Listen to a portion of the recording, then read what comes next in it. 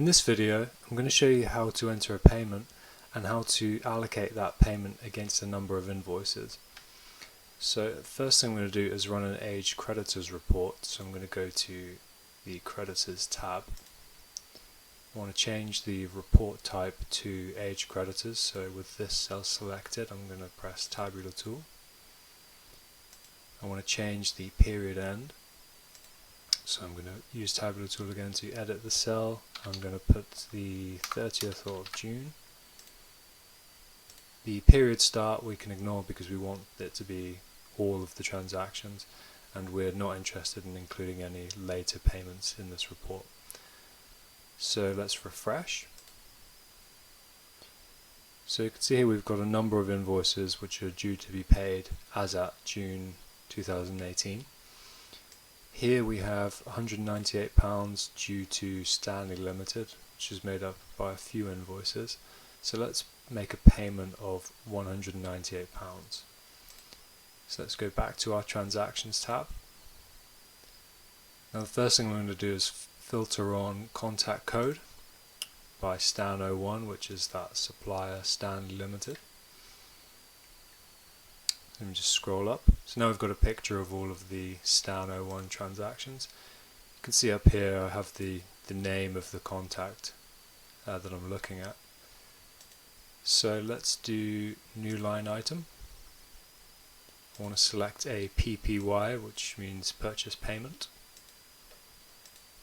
I'm going to copy this code. For the reference, I'm going to put something meaningful. When inputting the dates, you can use Tabular tool. A shortcut for Tabular tool is F3.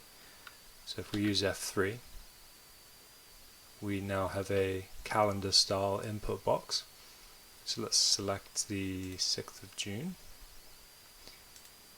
The GL code here is going to be the GL code for the bank account that we want to be paying from. So we have a few choices from the drop down. I'm going to go for 1600, which you can see up here is my bank current account. For the description, I'm just going to put payments. The analysis column can be very useful when you want to keep track of certain things. You might have, for example, a project and you want to keep track of the income and expenses to do with that project. For the time being, I'm just going to leave that blank. We don't have to put anything in there. For the gross amount, I'm going to put £198. For the VAT code, it's going to be N. Payments won't be relevant to the VAT return. The VAT I'm going to leave blank. It should be 0, but it will automatically populate when I go to lock this cell. And to lock this cell, I'm going to use Tabular tool, and I'm going to use the shortcut F3. And now this transaction has been locked. So if we go back to the creditors page, and I'm going to refresh the report. You can see here we've got the payment added onto the bottom of this report. The balance for Stanley Limited is 0.